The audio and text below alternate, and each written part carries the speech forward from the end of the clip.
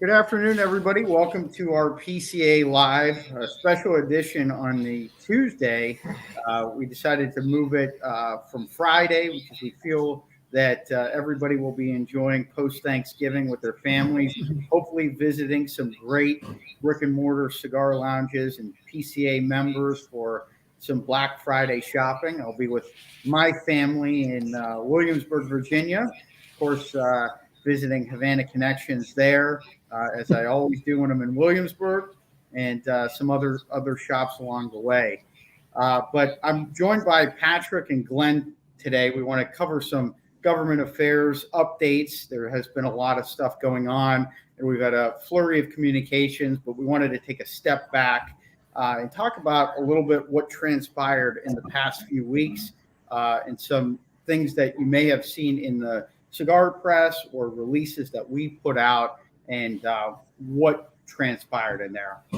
So, Patrick, I'm going to start with you. I know we've been working many months fighting the tobacco tax equity increases at the federal level and some positive developments over the past few weeks in that regard.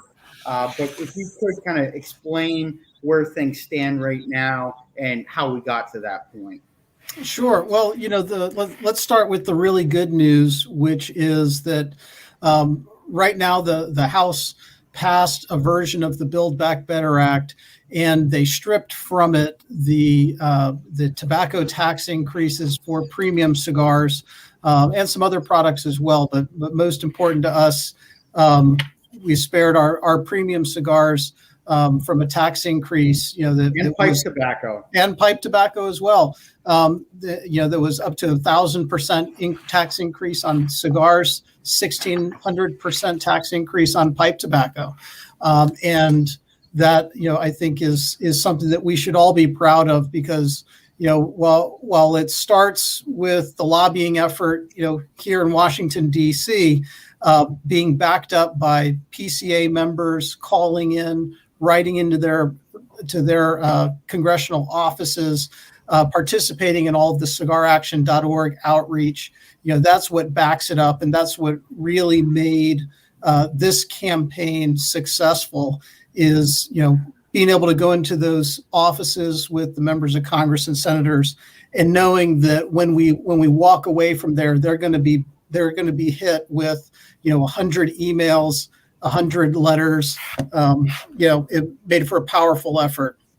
But absolutely, and in that regard, Patrick, the grassroots that you mentioned, we had 30,000 consumers take part in this campaign, which is critically important. We know that our retail members were pushing it out. There were many stores that at the point of sale were having people sign the petition. It's a testament to the growth of that activity as being something that we need to pursue as an organization to get more and more people writing and communicating to their elected officials. So, certainly our largest campaign to date of the year, and in most recent years, this is something that started early in March when we were fighting it as standalone legislation. And then, of course, when the heat was turned up a little bit in this, moving legislative vehicle in the House of Representatives, we really saw that incredible outreach by the consumers, by the retailers, by the manufacturers, and by our international partners. Before I switch over to Glenn to talk about some of the happenings in the states, in North Carolina in particular, I want to also highlight as part of that campaign some of the international efforts that took place. So, Patrick, if you want to just touch on that. Absolutely. In fact, about the week prior to the tax getting stripped out of the bill, PCA hosted the first ever International Cigar Policy Forum, and we had great participation from the chairman of the Senate Foreign Relations Committee, Senator Bob Menendez from New Jersey, Senator Marco Rubio, who heads the or is the ranking member for the subcommittee on the Western Hemisphere, participated as well. And we also had participation from the ambassador of Honduras and the minister of Trade and of Industry and Commerce from the Dominican Republic. And in discussions with those folks afterwards, they actually took an additional step and began doing their own direct outreach in Washington, D.C., talking about the impacts that this tax would have on their economies, and consequently how their economies and ours are intertwined, and some of the negative effects that this could have with trading partners across the Central America, and also how it could aggravate some of the immigration issues that we're seeing at the southern border here in the United States. So this, and these arguments rose all the way to the level of the White House, and so I think that really bringing them into the loop was a great way to sort of highlight that premium cigars are enjoyed here in the United States, but they're important to a lot of countries in the Western Hemisphere that the United States relies on as trade partners and allies. The other thing, Josh, I think it's important to note that while we've had a really big win and we're extremely excited about that, the Build Back Better Act is in the Senate now, and there is the possibility for amendments to go in the other direction and for things to be inserted that could be counter to the premium cigar industry. And so by no means is this issue over. We're going to continue to fight it. And we're going to continue to advocate on behalf of the industry, not just on the tobacco tax issue, but also on the other regulatory issues that we're seeing being developed at FDA.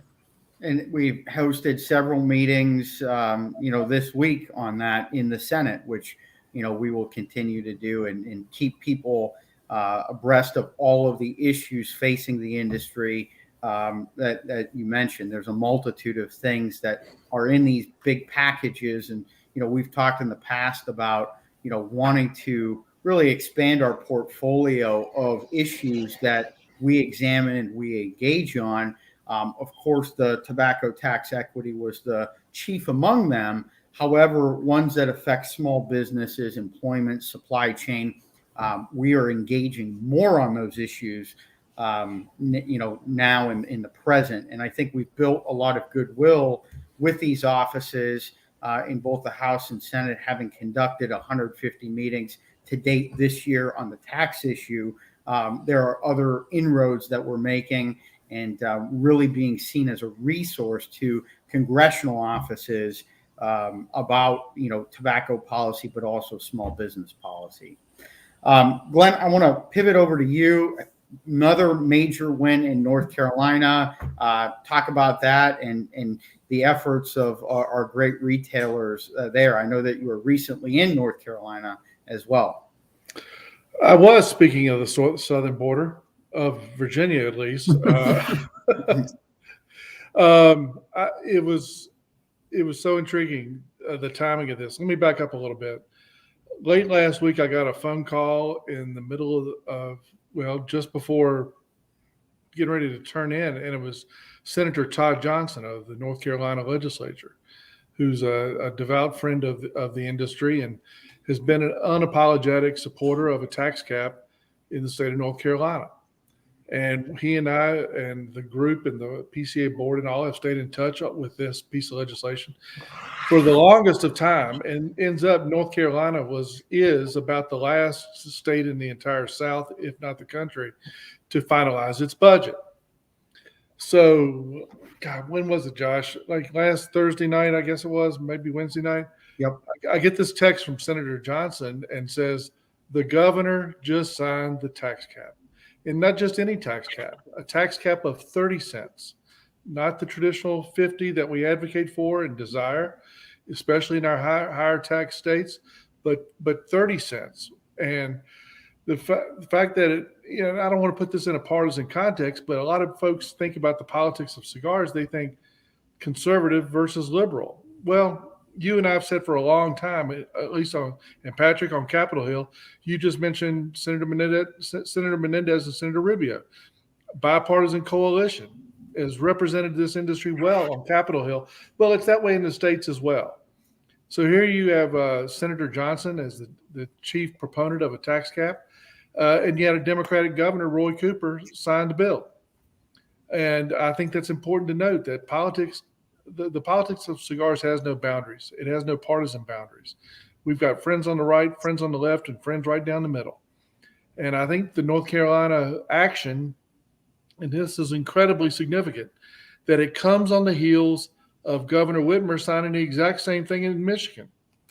And the Michigan retailers did an amazing job with their advocacy and assistance in getting rid of the sunset clause on the 50-cent tax cap in Michigan.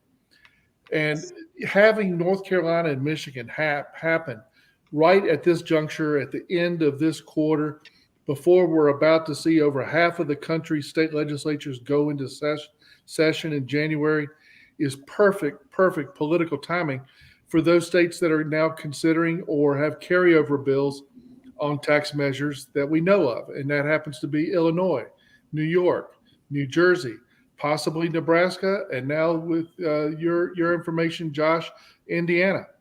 So there's a lot of wonderful examples now with over a dozen states having enacted tax caps to be able to play off of this recent success in Michigan and North Carolina as an example to others. And the fact, and believe me, this is not partisan politics. This is just about how do you get things done and needing bipartisan support.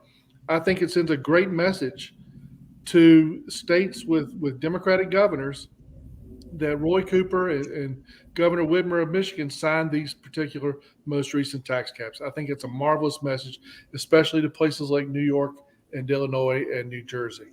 So it's a lot to build upon. And if you want, as we're talking, I'd be glad to go through some of the other anticipated bills in the states during the course of this update. Yeah, absolutely, Glenn. I think that if you could kind of give us a brief outlook on what is expected, obviously with the holidays coming up, we're really shifting our focus to 2022. Mm-hmm. In addition to, batting cleanup on some of the other federal stuff that Patrick and I are working on, but in the states, we're hyper focused on 2022 and, what is going to transpire in the initial months of that year. Just for everyone's awareness, before I kick it over to you, Glenn, our entire team and Ryan and Aaron and Scott, we're all working on putting together our strategy for 2022 and receiving the input of not only our board, but some key retailers across the country of what our priorities look like at both the federal and state levels, as well as the legislative and regulatory side of things. So that it will be taking place in the month of December. We routinely produce a 50-page document that kind of is our blueprint for the year ahead. We provide an update at our trade show in July off of that document, and that's kind of our North Star or guiding light for the year. But Glenn, talk a little bit about what we expect in the near future. Well, I'll just go through these states quickly because you never know when you say the name of a state that somebody might be listening and they go, oh, I'm from Kentucky, I need to be involved with this. So I'm just going to quickly run through. This is strictly crystal ball, which is fairly close, I think, to being an accurate prediction as to what to anticipate in 22 based upon what happened in 21. So I think we can anticipate local authority legislation, meaning the states granting the local governments more taxing and regulatory power over tobacco products. I think we can anticipate those bills coming back in Tennessee, Kentucky, Oregon, and Missouri. I think we can anticipate tax increase bills coming back in Maine and Massachusetts, and we always have to keep an eye out on Illinois. I think we got solid groundwork being laid for the tax cap bills in New York, New Jersey, Illinois, possibly Nebraska, as we mentioned earlier. Local control and smoking exemption elimination. We've got to keep an eye on these. PCA at cigaraction.org has already launched a petition against the legislation in Florida that would allow local governments to regulate smoking on beaches and in parks. A horrible precedent in a state that represents an economic footprint for the premium cigar industry, especially as well on the tourism front with a lot of cigar festivals coming up and these bringing people from all over the country to the state of Florida. So we don't need a quilt work of regulations blanketing the state of Florida, if you will. Also, I think the closing of exemptions bill will be back in Pennsylvania. Even if it's not given serious consideration now, it may in the future. So we're going to take it seriously. Possibility of the carryover of the reduction in cigar taxes in Delaware. That bill's been carried over from 21 and may have some promise in 22. We have to be concerned about legislation that would allow for the testing of nicotine as a condition of employment, especially in Indiana and Kentucky. Some tax reform bills in Nevada, and a cigar bar bill that would allow for the legalization of on-site consumption in cigar shops in the state of New York and hopefully come back in North Dakota and Montana. So with that, I know that's a mouthful, but I just wanted to throw out a litany of states. You never know who might be listening, and they can contact us at Glenn@premiumcigars.org, GLYNN, and be glad to fill you in and keep you apprised on other activities in your state. Absolutely. And if you are in a state that we didn't mention and there is something that is on your radar, or you're working in the state association, please contact Glenn. If you're interested in introducing positive legislation, that's a priority for next year as well. We don't want to just be defending against tax increases. We want to look at positive things that we can grow the industry and grow the premium cigar culture in other areas. So we're going to be identifying those on our end, but it's always appreciated to get input and local buy-in from our retail members and manufacturing members, associate members. Patrick, I'm going to shift to you a little bit. We were able to launch the Congressional Cigar Caucus, and really the leadership of Representative Dan Muser, his staff, as well as Representative Tom Emmer. It's back. It's much more policy focused, and we had our first the first kickoff event for the caucus itself. A lot of industry folks in attendance. But what can we expect from the Cigar Caucus? Yeah, the caucuses on Capitol Hill are really important way to coalesce members around issues. And, we've talked a lot about how, cigars in particular, premium cigars, have aficionados, and a lot of them are members of Congress and their staff, and giving them a banner that they can all operate under, and creating that communications channel so that when we have an important issue and some important legislation to advance, we have sort of one place that we can go to, and they can very quickly disseminate that information or very quickly sign on to legislation. And one great example that was mentioned at the launch is that right now there's a prohibition on donating premium cigars to our troops stationed overseas. And I think one of the first things that Cigar Caucus is going to try to tackle is reversing that prohibition, because anybody who has served overseas knows there's a lot of times in a lot of places where you can't kick back with your buddies and grab a beer at the end of the day, but you are allowed to smoke a cigar. And it becomes a great way to decompress, a great way to form bonds, have that camaraderie. These are stressful environments, that our troops are put under, and this is one of the ways that many of them choose to decompress at the end of the day, and they should be allowed to do that. And we, as citizens wanting to support our men and women overseas, should be able to help out in that way. So I think that's one of the first issues that they're going to be tackling. Well, and it's important to note that the caucus is going to be very policy focused. Obviously, people recognize that it is a great time to gather around and have a cigar, and that camaraderie is inherent to the industry itself. And there will be some of those receptions, but there's going to be substantive policy work that is going to coalesce around this caucus. And, Representative Muser, we really thank him for his leadership in spearheading this effort to reignite the Congressional Cigar Caucus. Any final thoughts from Patrick or Glenn on kind of the state of government affairs as we head towards the tail end of this year and into next year? Well, I just want to reiterate the importance of everybody signing up for cigaraction.org. It's going to be our key way to communicate with the consumer and retail community as these state legislatures go back into session. And I think that the consumer community has proven it is more than willing to be engaged in this process. You mentioned I was in North Carolina this weekend. I was at Craig Cass's shop at Tinderbox in Charlotte, and he took me back into the lounge, and the lounge was absolutely full on while I think all the wives were shopping upstairs, all the husbands were down in the cigar lounge downstairs, and every chair was taken. And he asked me to go in there and start talking about some of the politics of cigars.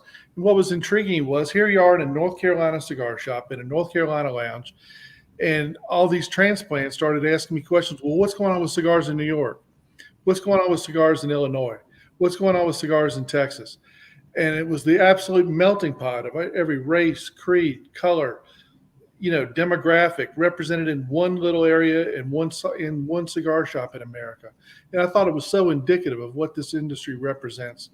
And also, I want to encourage you, when you're in Charlotte, North Carolina, you need to go up to Havana Smoke, a bona fide cigar bar that recently opened, and our friend Craig Cass helped supply the cigars for it. But in this era where it's so challenging to find places that welcome us and where we can go and enjoy an adult beverage with a cigar, Havana Smoke in downtown Charlotte is a very welcoming place, I can assure you. That's an advertisement, but we'll continue this tour of great cigar lounges across America as we continue these discussions. Well, and it's important to note in early 2022, Glenn will be on the road visiting a lot of places, convening state associations, giving those policy updates. I'll be giving one this Friday to one of the cigar clubs in Williamsburg, Virginia.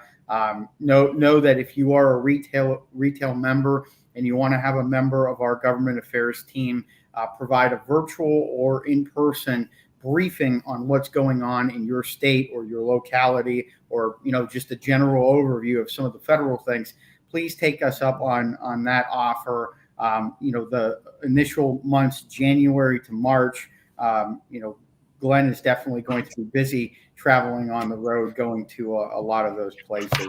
And we get positive intel, feedback, things that we can be doing.